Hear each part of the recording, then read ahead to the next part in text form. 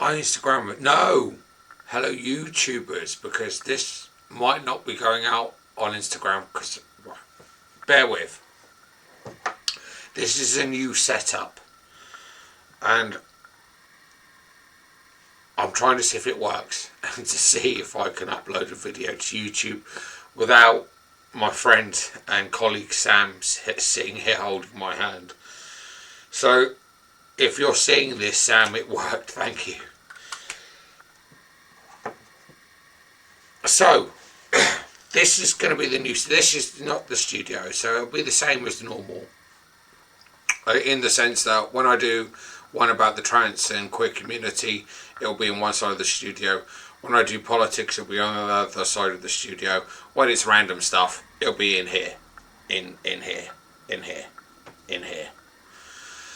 So I hope you're well. I've been well. I've been to see the doctors, and the doctors are going to do a lot of tests on me, and I've had to send some samples off. Not very pleasant.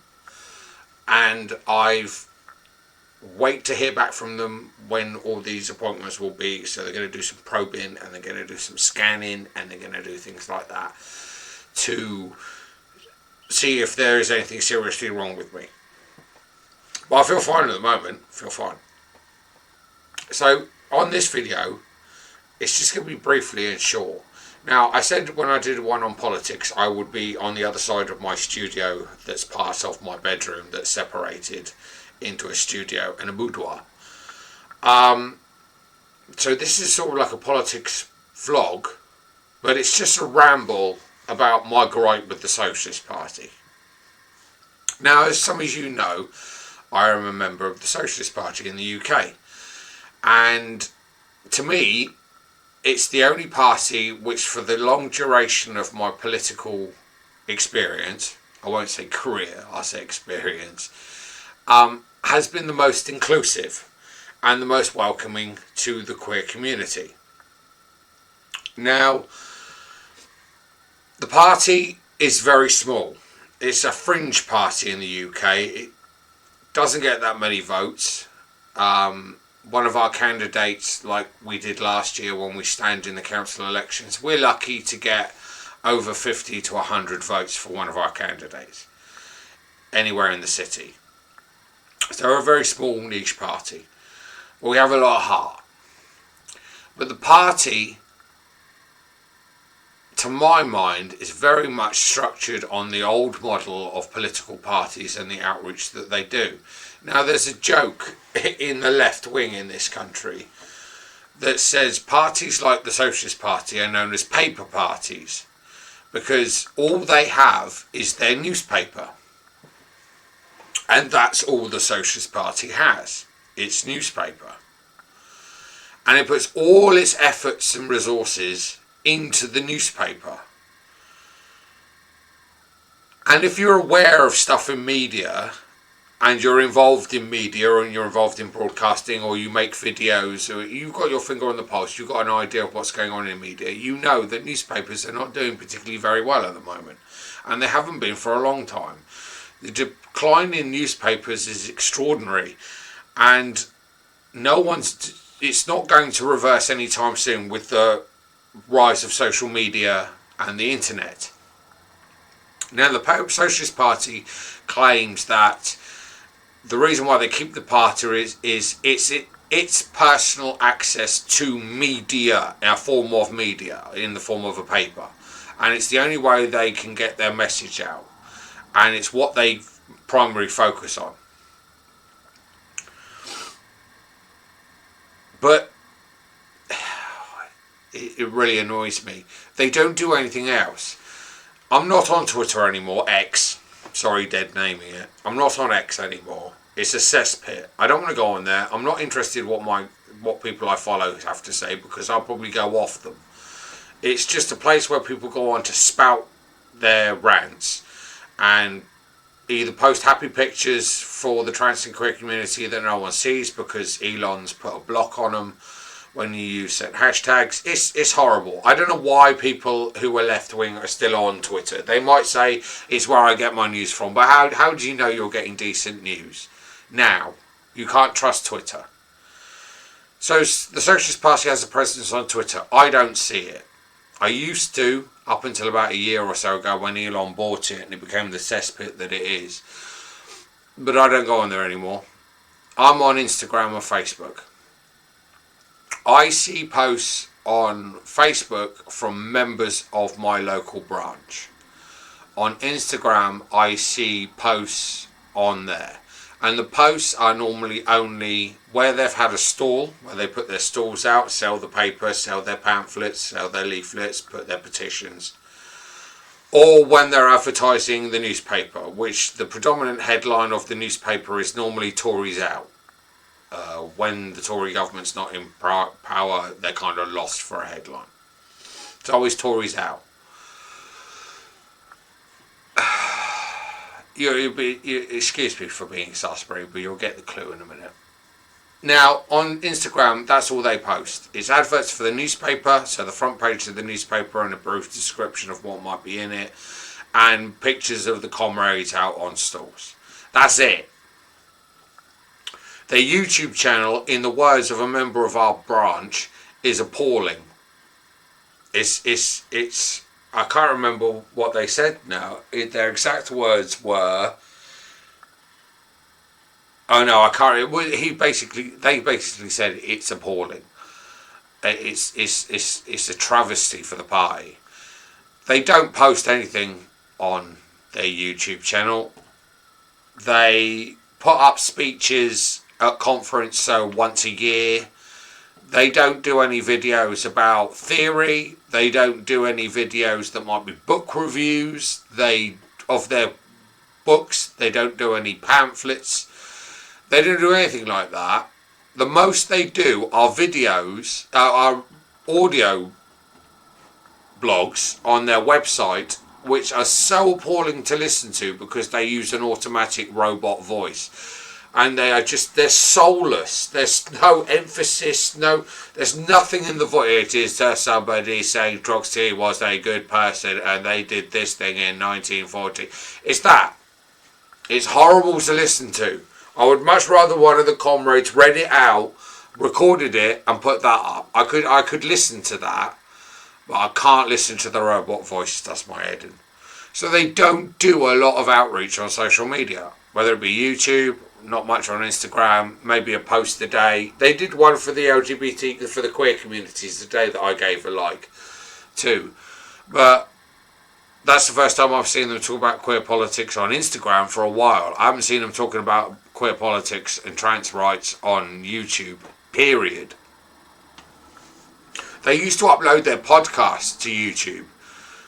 They don't do that anymore. That doesn't happen anymore. They just literally don't do anything with their YouTube channel. So you've got people like Novara Media who are nearly reaching 1 million subscribers on their platform, who are being funded by ordinary people like me, left-wingers, who donate them £1 or a week's wage a month, something like that on Patreon or on their sign-up page. And they're able to fund a multitude of journalists, provide content 6 days a week.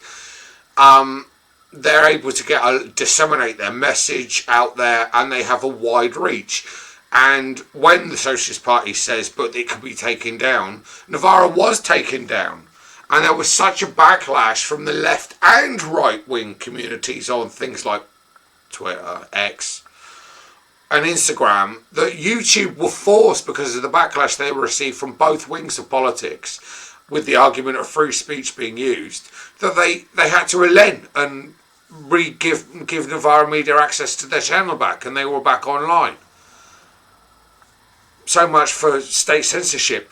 Just remember this: the revolution will not be televised. It will be disseminated on short clips and videos on Instagram and YouTube and Facebook and X and all the rest of it across the cornucopia of social media. As many times as they can do before the algorithm gets hold of them and manages to stop them. But it won't be on telly. And what good is a newspaper going to do to you? They can close your presses down. The newspaper presses for the Socialist Party, I think, are located in the central office. Wouldn't take much for a bunch of special branch coppers to go around there with large wooden boxes and confiscate the lot of it. It wouldn't do much. So if they're worried about state censorship, well, they can censor you whatever way they want to. You can disseminate the paper as much as you like. They'll stop it. They'll stop it if they want to. I just feel that the party clinging on to the newspaper just locks them into a bubble that they can't break out of. So they don't know they don't know how to use other platforms effectively. They should be doing videos. Excuse me, about their opinions, what they think on issues. At protests, they should interview trade unionists. On the picket lines, when they go to picket lines, a short video. It doesn't have to be more than a minute long. Anything. But they don't do any of it. And as someone who consumes audio-visual media on the whole, and watches a lot of left-wing content, I get more of my political ideas, views, opinions from Navarra, from Owen Jones, from other outlets in America like Secular Talk or Mike Figueredo, who do a wide, diverse group of queer content. I get a lot of my news from America. I'm more clued up on what's going on in America than I am in Europe. I know more about British and American politics than I do about continental European politics. I've got a vague idea of what's going on over there, but only what I glean from maybe watching something on YouTube. But I know more about British and American politics and the domestic states and economic states of our country from watching left-wing content on YouTube and Instagram than I do from the Socialist Party. I don't buy the paper. I don't much like the paper. It's too busy. An old friend of mine who was an art teacher said it's very Soviet. It's an old format of a paper. I'm not very good at designing papers, but I know what I like when I see it. And the Socialist Party doesn't grab you when you walk past it in the street, throttle you, and try and ram the paper down your throat because you want to buy it so quickly. And all it is strikes. The majority of the paper is an opinion piece in the centre page that might be about an anniversary or something that's coming up. And the rest of it's all strikes. So striking here, striking there, this strike, that strike. Now that's good. You need Navarra doing it. They have a trade journalist now who deals in trade union movements and striking stuff. So they've got that angle covered. The Socialist Party do cover their strikes very well, and it's one of the best aspects of the paper, but it's so much of the paper that it gets too much. It gets too much. And to be honest with you, my interest in politics doesn't go down to the minutiae of trade union politics, because that's very political in the sense that it's very bureaucratic. And sometimes when I can't help it, when we talk about trade stuff, trade union stuff, I'm trying to be engaged, but my mind switches off because I don't understand sometimes what they're talking about or what the actual dispute is. As such, I just know it's a strike. It's difficult to gauge what is going on, but it is the best aspect of the Socialist paper, their strike coverage. But it gets too much. It's like every other page is like strike, strike, strike, strike, strike. A whole newspaper full of strikes. And I get very frustrated because the party is talking about not doing identity politics now, or not using it as a talking point. And I think that's reflected in the fact that there's not that much, because I'm interested in queer politics, there's not that much queer politics in it. And so I wish there was more, because that's why I joined the Socialist Party. This is just a test video and a gripe about the Socialist Party newspaper, which I wish they wouldn't put much effort into. Please like, share and subscribe, and I'll see you again soon. Bye.